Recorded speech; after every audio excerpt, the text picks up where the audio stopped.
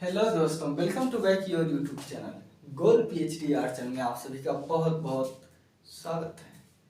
इसके पहले हम लोग मेसोपोटामिया के विषय में चर्चा कर चुके हैं, जो क्लास नंबर 4 में था। अब हम चर्चा कर रहे हैं यूनान की कला या यूनानी कला। ये आपको मिल जाएगी वीडियो नंबर 5 में। ठीक, चलिए वीडियो नंबर 5 या क्लास नंबर 5, आप कुछ भी समझिए। तो देखिए, यूनान की कला को 3 भागों में बांटा गया है। यूनान की कला 3 भागों में बटा है। पहला है होमर युग। होमर, इसी होमर युग को ही, ठीक है, इसी होमर युग को पार्शियन युग भी कहते हैं। पार्शियन युग, ठीक है, पार्शियन युग। दूसरा आपका है शास्त्रीय युग। शास्त्रीय युग। और जो आपका तीसरा है ये है हेलेनिस्टिक युग। ठीक है, हेलेनिस्टिक युग। ये 3 भागों में बटा हुआ है। अब हम एक एक भाग बहुत अच्छे से समझते हुए चलेंगे। कैसे? बहुत अच्छे से। देखिए, होमर, तो पहले ये जान लीजिए होमर कौन थे। होमर जो थे, जैसे अपने यहाँ कालिदास हैं, वैसे यूनान में होमर थे। होमर एक कवि थे। कवि के साथ ही साथ ये एक लेखक थे। ठीक है, कवि थे, लेखक थे। इनकी जो है लेख है, जिसका नाम है ओडिसी। ओडिसी और एलियड। एलियड, ठीक है, ओडिसी और एलियड नामक इन्होंने जो है 2 ग्रंथ लिखे हुए हैं, जो बहुत प्रसिद्ध हैं। इनको वही पदवी मिली है जो अपने यहाँ कालिदास को मिली है, आदि कवि। वैसे इनको भी मिला है, होमर को, आदि कवि। होमर जी जो है अंधे हैं। क्या ये साहब जो है अंधे हैं? क्योंकि देखो, मुझसे क्या होता है ना कि जो मुझे मालूम होता है वो चीजें हम बता देना चाहता हूँ। हमेशा कुछ भी नहीं चाहते कि मैं छिपाऊं। तो देखिए, यहाँ पर जो है पार्शियन युग या होमर युग में यहाँ ज्यामितीय प्रयोग हुआ है। अब बोलो ज्यामितीय प्रयोग कैसे? तो देखिए, हम अच्छे से समझते हुए चलेंगे। यहाँ पर होमर युग में क्या हुआ, यहाँ पर चित्रकला के प्रमाण नहीं मिलते हैं। वास्तुकला प्लस स्थापत्य कला, ठीक, वास्तुकला और स्थापत्य कला के बहुत प्रमुखता से यहाँ पर प्रमाण मिलते हैं यहाँ। ठीक है, यहाँ की देखो ज्यामितीय है ना, तो यहाँ पर जो है मृदभांड। मृदभांड मतलब मिट्टी के बर्तन, ठीक है, मिट्टी बर्तन, यहाँ तक ठीक है। यहाँ पर जो मिट्टी का बर्तन बनता था, इसमें जो है एम्फोरा विधि का प्रयोग होता था। कैसे? एम्फोरा विधि का प्रयोग। एम्फोरा विधि।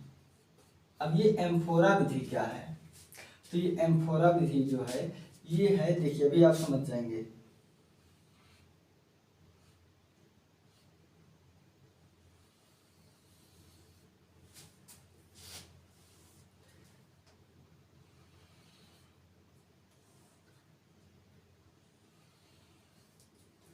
ठीक है, मान लीजिए है, ठीक है, तो इसी में ऐसे तिरछी तिरछी रेखाओं से जो अलंकृत किया गया था, ठीक है, जो अलंकृत किया गया था, इसी को कहते हैं एम्फोरा विधि। यानी कि तिरछी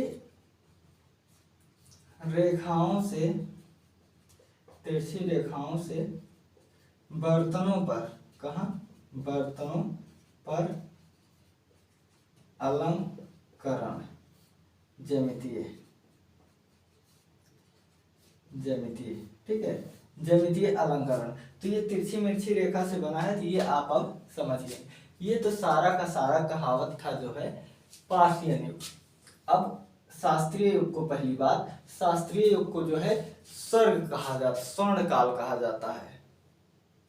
ठीक है, शास्त्रीय युग को जो है ना, इसको स्वर्ण काल कहा जाता है। याद रखना, इसको कला का स्वर्ण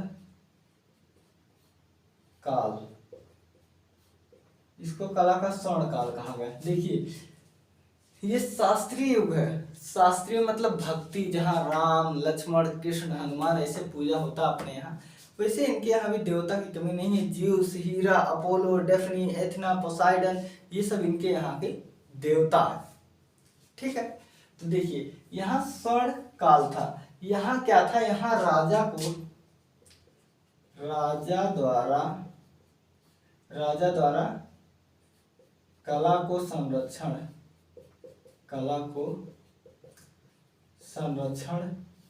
मिलता था। ठीक है, मिलता था, राजा द्वारा जो है कला का संरक्षण यहाँ पर मिलता था। ठीक है, अब देखिए यहाँ इनके जो है प्रमुख देवता हमने आपको क्या कहा कि श्री राम भगवान, शंकर, गणेश जी, ये सब अपने क्या ना है, इन्होंने क्या है, जियूस एक देवता है, जियूस। ये देवता जो है प्रकाश के हैं। अपने यहाँ प्रकाश के देवता कौन है, बताओ प्रकाश के देवता कौन है। और इनके यहाँ हीरा देखिए, हीरा कौन से देवता है, ये यूनानी देवी है हीरा। ठीक है, हीरा यूनानी देवी है और ये सबसे प्राचीन है। क्या, सबसे प्राचीन है। इसके बाद है वो जियूस, नहीं जियूस हो गया, उसके बाद वो सूर्य को क्या कहते हैं, अपोलो। हाँ, इसके बाद है अपोलो। अपोलो मतलब सूर्य देवता। इसके बाद है एथिना देवी। एथिना देवी मतलब ज्ञान की देवी। पोसाइडन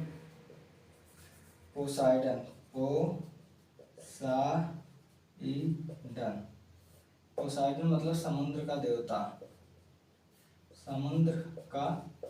देवता।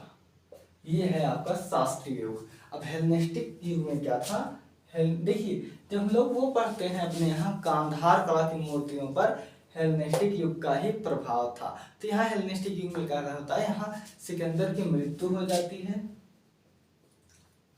सिकंदर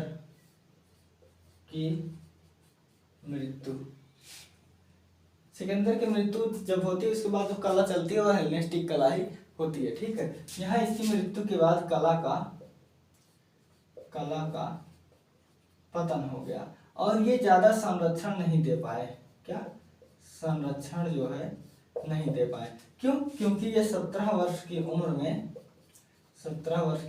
में गद्दी संभाली थी। ठीक है, गद्दी संभाली थी। देखिए ये गद्दी संभाली थी, आप सभी लोग जानते होंगे, सिकंदर पूरा विश्व जीतना चाहता था लेकिन जीत नहीं पाया। ये पूरा विश्व जीतना चाहता था। और ये जो हेलेनिस्टिक कला है ना, ये मूर्तियों पर जो है बहुत प्रभाव पड़ता है इसका। ठीक है, तो ये रहा आपका यूनानी कला के विषय में। किसके, यूनानी कला के विषय में। सो टेक केयर दोस्तों, मिलते हैं अब हम अगले वीडियो में। उसके अंतर्गत हम लोग बात करेंगे मध्ययुगीन कला। ठीक है, जिसमें आपका आ जाएगा रोमन, गोथिक कला। ठीक है, टेक केयर, अपना ख्याल रखिएगा।